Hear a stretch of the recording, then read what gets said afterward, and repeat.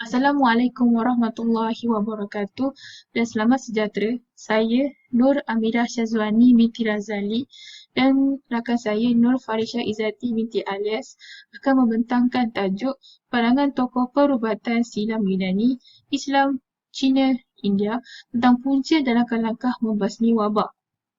Sebelum kita pergi dengan lebih lanjut, kita sedia tahu bahawa seluruh dunia telah digemparkan dengan berita buruk bahawa terdapatnya penularan wabak berbahaya iaitu COVID-19. Namun, di negara Malaysia, kes-kes pesakit yang menghidap telah berkurang hari demi hari dan negara Malaysia juga telah berpindah daripada Perintah Kawalan Pergerakan kepada Perintah Kawalan Pergerakan Pemulihan. Perkara tersebut berlaku adalah disebabkan pihak bertanggungjawab dapat mengenal pasti punca dan langkah-langkah dalam mengurangkan wabak tersebut. Oleh itu, kaedah ini telah digunakan oleh tokoh-tokoh pada tamadun terdahulu seperti tamadun Yunani, Islam, Cina dan India. Dengan ini, mari kita lihat perkara tersebut dengan lebih teliti agar kita dapat memahami dan membandingkan pandangan tokoh setiap tamadun terhadap bidang perubatan.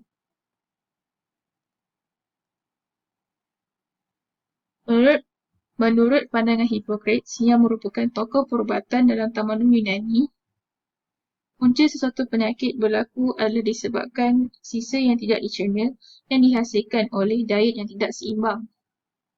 Seterusnya, sisa tersebut akan mengeluarkan wap yang akan masuk ke dalam badan dan menghasilkan penyakit. Langkah-langkah dalam membasmi wabak tersebut menurut Hippocrates juga ialah menggunakan kaedah diagnosis dan prognosis. Pada tamadun tersebut juga, terdapat juga rawatan dalam mengembalikan poster tulang yang patah, luka dan tubuh badan. Ubat-ubatan, makanan dan garam umumnya merupakan bahan pembersih untuk menghilangkan toksik di dalam badan. Penghasilan ubat adalah berdasarkan mitologi yang dibina daripada pengalaman, tapi perlu diingatkan bahawa penyelidikan sistematik tidak wujud pada zaman Hippocrates.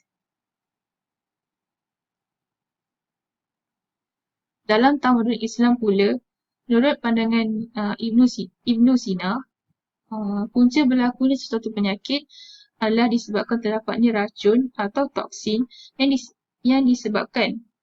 yang bersifat halus dalam udara dan air yang menyebabkan berlakunya jangkitan.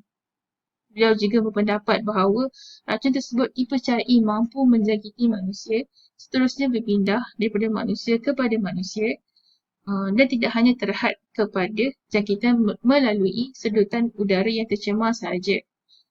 Selain itu, langkah-langkah dalam membasmi wabak menurut pandangan Ibnu Sina, beliau juga menimbulkan idea awal proses kuarantin pada kitab perubatan beliau yang dikenali sebagai The Canon of Medicine.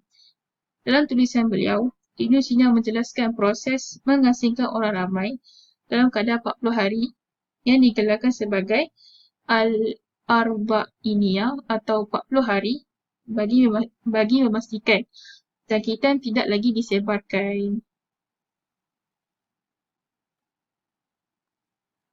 Oleh itu, saya memberikan laluan kepada saudari Farisha dalam menerangkan punca dan langkah-langkah membasmi wabak dalam tamadun Cina dan India.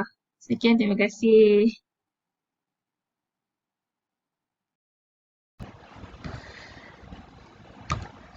Assalamualaikum dan salam sejahtera. Saya ialah Nur Farisha Izzati binti Alias bernombor matriks A174442 akan menyambung tamadun Cina dan juga tamadun India.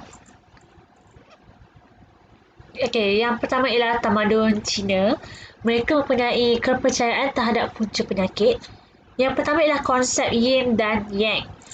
Mereka mempercayai bahawa ketidakseimbangan kedua-dua unsur ini akan membawa kepada penyakit. Bidang perubatan Cina mempunyai perkaitan dengan konsep yin dan yang. Darah juga dikaitkan dengan yin dan juga nafas dikaitkan dengan yang. Selain itu, adalah 5 unsur anggota badan. anggota badan manusia dikaitkan dengan 5 unsur, iaitu hati dengan kayu, jantung dengan api, perut dengan tanah, paru-paru dengan logam dan juga buah pinggang dengan air.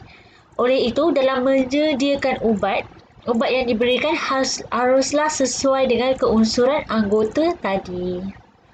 Baiklah, seterusnya ialah langkah tamadun Cina dalam mengatasi penyakit. Yang pertama ialah materia medica, kedua ialah moksibusi dan juga yang ketiga ialah akupuntur ataupun aquapuncture. Okey. Yang pertama iaitu materia medica, iaitu menerusi rawatan secara pemberian bahan-bahan seperti herba dan juga bahan galian. Yang kedua ialah moksibusi, iaitu cara perubatan yang menggunakan sumbu atau moksa yang dibuat daripada herba-herba tertentu untuk diletakkan di bahagian yang bermasalah. Dan yang ketiga ialah akupuntur, iaitu rawatan dengan memasukkan jarum pada bahagian yang tertentu. Okey, itu sahaja untuk tamadun Cina. Yang seterusnya ialah tamadun India. Okey, tamadun India, mereka mempunyai kepercayaan terhadap punca penyakit juga. Kebanyakan sumber-sumber mengatakan bahawa kesihatan tubuh badan dapat dikekalkan melalui keseimbangan 3 bendali asas dalam badan seseorang, iaitu angin, duktus, hempedu ataupun mucus. Ada kalanya juga darah dianggap sebagai humor yang keempat. Okey. Sementara itu, terdapat pelbagai fungsi badan disegelarakan oleh 5 jenis angin, iaitu udana, prana, samana, apana dan juga ayuna. Okay, udana ialah udara yang terdapat di bahagian kerongkong yang berperanan dalam pernafasan dan juga menelan makanan. Selain itu, apana ialah terletak dalam abdomen dan berfungsi dalam sistem pengemuhan dan pembiakan. Samana pula ialah udara yang membantu menghadarkan makanan dalam perut. Dan juga ayuna pula menyebabkan peredaran darah. Okay. Baiklah, seterusnya langkah tamadun India dalam mengatasi penyakit. Okay, ubat-ubatan dibahagikan pada 3 kategori, iaitu penawar, racun dan makjun. Okay, tamadun India ini sangat pakar dalam ubat-ubatan. Ubat-ubat yang digunakan turut dihasilkan daripada produk haiwan, tumbuh-tumbuhan dan juga bahan-bahan mineral. Kitab Susrutra juga ada menyeraikan 760 jenis tumbuh-tumbuhan. Tumbuh-tumbuhan ini juga turut dibahagikan mengikut kegunaan, sama ada sebagai penawar, racun dan juga makjun. Bukan itu saja, minyak pokok Chaulmoogra boleh juga merawat penyakit kusta yang kronik. Ia dipercayai amat mujarab sehingga boleh menyembuhkan pelbagai jenis penyakit kusta. Okay, bawang putih pula boleh mengubati penyakit bisul dalam perut dan juga pokok cannabis pula berperanan memberikan kesan khayal bagi menenangkan pesakit, manakala kunyit pula mempunyai kuasa antiseptik. Okay, tamadun ini juga mempunyai kehandalan dalam menjalankan pembedahan mata bagi mengubati penyakit katarak.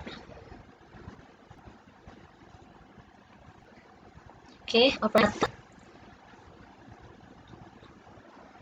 pembedahan plastik juga turut dilakukan bagi memperbaiki kecacatan pada tubuh badan seperti hidung, telinga dan bibir, dan untuk juga mengubati tulang yang patah. Okey, saya rasa itu sahaja daripada saya. Sekian, terima kasih.